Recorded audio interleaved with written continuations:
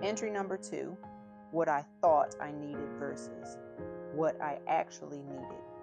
Okay, so I'll raise my hand and admit I've done therapy, wanting to know why I think the way I do or do the things I do, beyond what my own understandings are or were. And honestly, no regrets. I hate the stigma around therapy and just the narrative that something must be, had to be, wrong with you to seek mental health help.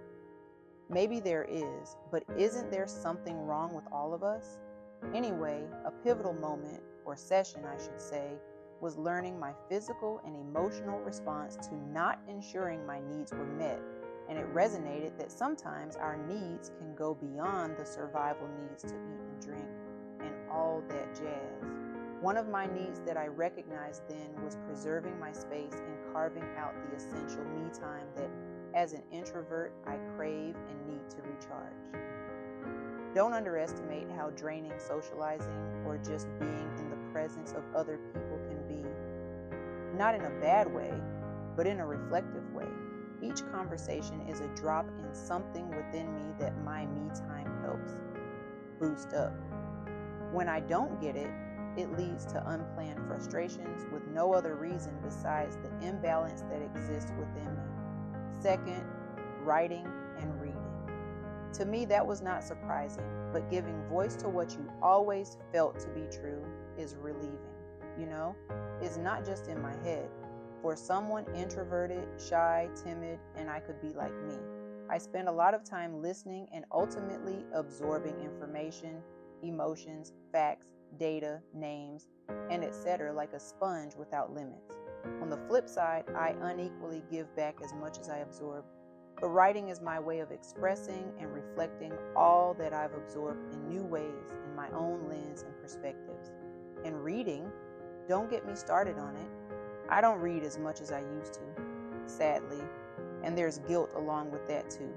But I know it's a need I've neglected. I can't explain the joys, or as I learned recently, the glimmers that come from reading a good book. It's the immersing yourself in another's shoes and world, diving into new perspectives, and embarking on this exhilarating roller coaster ride of a story evoking a rainbow-colored series of emotions, from black darkness to vibrant red anger to a blue sadness, or a green of jealousy from wanting what a character has. Yes, I know they're fictional, but still. Something me and my therapist discussed often was this drive. I won't say ambition, since I hate that word and don't see myself that way, maybe because of the negative connotation associated with it, to achieve excellence, what borderlines unattainable perfection. What was behind the drive? That need to do well, to perform, to succeed, to essentially be flawless at all times? Honestly, both are driving my very being, yet both are tugging at the wheel at different times. I think our current education system shapes you to seek external validation. I mean, grades, report cards, evaluations, scholarship essays. We're raised being asked to perform, to be evaluated, and our worth, our intelligence, or merit validated. You don't just shrug something like that off, but I'm working to know when enough is enough and stop attaching my worth to my work. Just because my work doesn't get the external attention or validation it deserves, that's not a reflection of who I am. And I think that's what ultimately led to a decline in my writing once I left Wattpad. I loved the idea and ability to build an audience, but the urge to write for others rather than for myself is at times irresistible.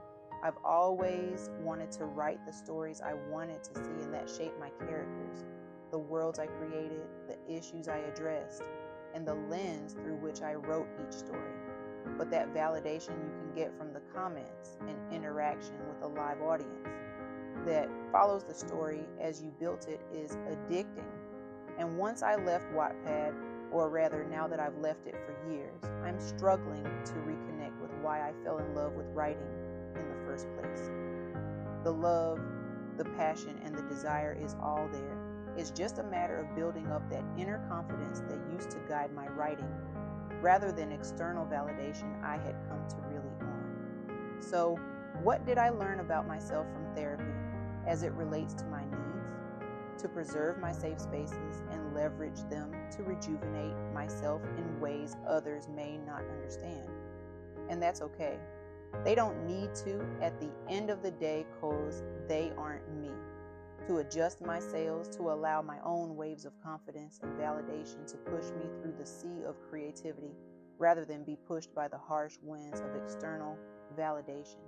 To prioritize what I need to be the best that I can be to pour into the cups of others. I can't give what I don't have, and well, I've seen what happens when I do. It's not pretty.